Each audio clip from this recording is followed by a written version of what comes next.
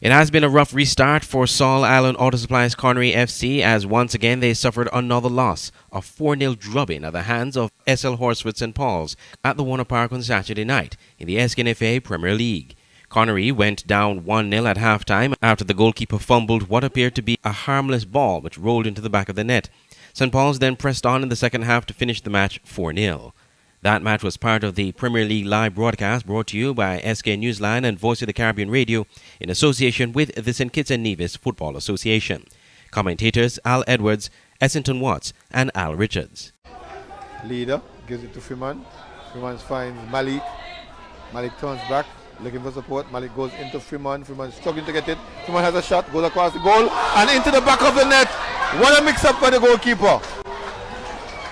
The easiest goal he will score in his life.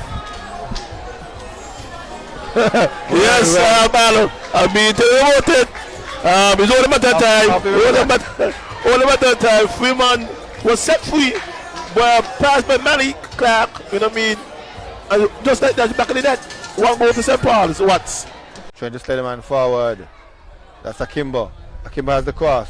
Ball comes into Freeman. Freeman slams it, goal one. It's in. It is there.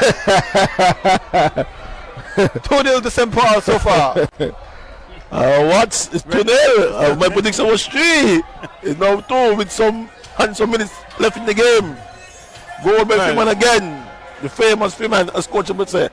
Very, very good goal indeed. He slammed that one. That time was hit with tremendous power. The ball bubble around in the box just for a while.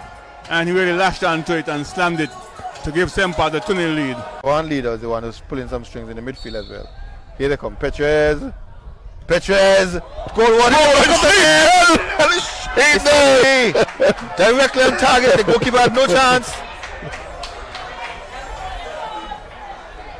Wow. Petrez Williams, the goal scorer. Petrez Williams, the goal scorer. It's now 3 goals to 0. A familiar scoreline. The last game at December 15th. St. Paul's defeated Conaree 3 goals to 0. But on that occasion, one man scored all 3. On this occasion, but here comes Danwaj trying to find Freeman. Does so now. Freeman trying to come on his favorite left foot. Ball knocked on a hand and then tackled. Double penalty? Penalty for him. Hat tricks. After hat tricks. Could be number 4. Freeman. Goal. Manager of St. Paul's, Darian Edmead, spoke of his team's preparedness after the match during the layoff from football, making them ready to deliver the results on the field. Well, I think tonight the team really, came together. First half, we were a bit sloppy, but after, second, the halftime, after we went in halftime, we made some adjustments. If we realized the substitutions were made, we incorporated some new players into our system. This is the second game after a long layoff, and it's going to take some time before the team really gel as a team again. And we're happy tonight for the victory that we have 4-0. We'll take that, but there's still a lot of work that we have to do in order for us to be ready for the Super 6. Assistant coach of Conaree, Samuel Phipps, said his team has to go back to the drawing board after suffering back-to-back losses since the restart of football. Well, it's just a tough loss. As you see, we were dominating the game.